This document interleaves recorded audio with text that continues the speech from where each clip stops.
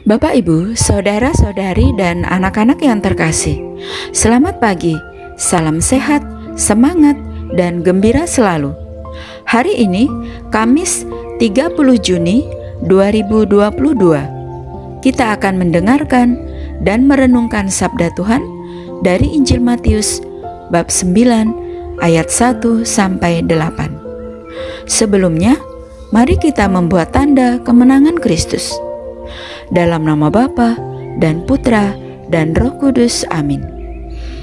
Pada suatu hari, Yesus naik ke dalam perahu lalu menyeberang. Kemudian sampailah ia ke kotanya sendiri. Maka dibawa oranglah kepadanya seorang lumpuh yang terbaring di tempat tidurnya. Ketika Yesus melihat iman mereka, berkatalah ia kepada orang lumpuh itu, "Percayalah, hai anakku, dosamu sudah diampuni." Maka berkatalah beberapa orang ahli Taurat dalam hatinya, "Ia menghujat Allah." Tetapi Yesus mengetahui pikiran mereka, lalu berkata, "Mengapa kamu memikirkan hal-hal yang jahat di dalam hatimu?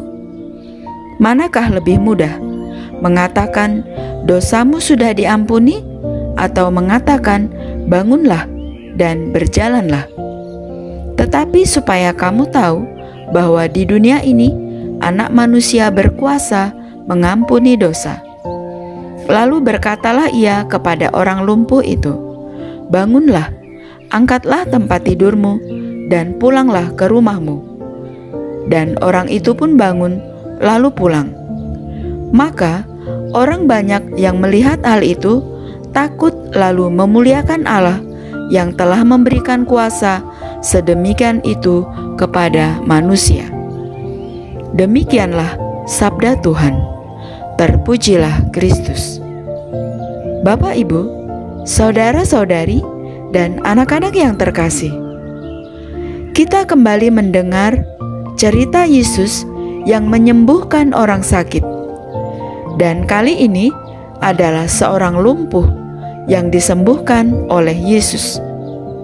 Dan perikop Injil pada hari ini ada bagian yang menarik untuk disoroti, yaitu pernyataan Yesus kepada si lumpuh, "Percayalah, hai anakku, dosamu sudah diampuni."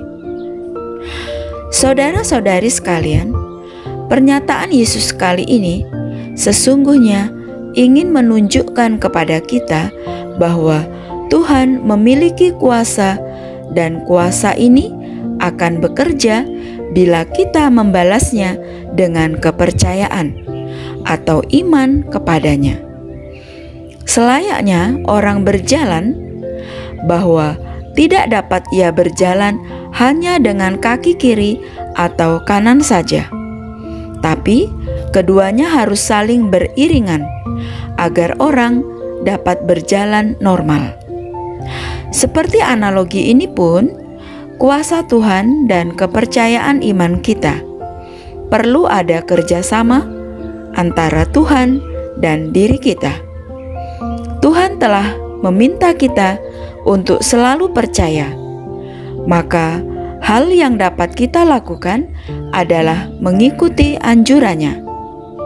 Kepercayaan pada Tuhan akan membawa kita pada kepasrahan dan keyakinan total pada rencana Tuhan, sekalipun kita berada dalam pilihan atau keadaan yang sulit.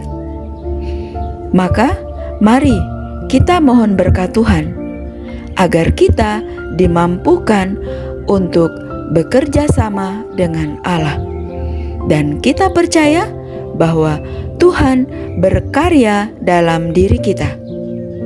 Ya Tuhan, berikanlah kepada kami iman dan kepercayaan yang teguh akan Engkau, dan ajarilah kami untuk senantiasa mau bekerja sama denganmu, bekerja sama dengan Roh-Mu, agar kami memiliki kepasrahan dan kepercayaan yang total pada rencana-Mu sendiri, kini dan sepanjang masa. Amin. Dalam nama Bapa dan Putra, dan Roh Kudus. Amin. Terima kasih. Selamat beraktivitas hari ini. Tuhan memberkati kita semua. Amin.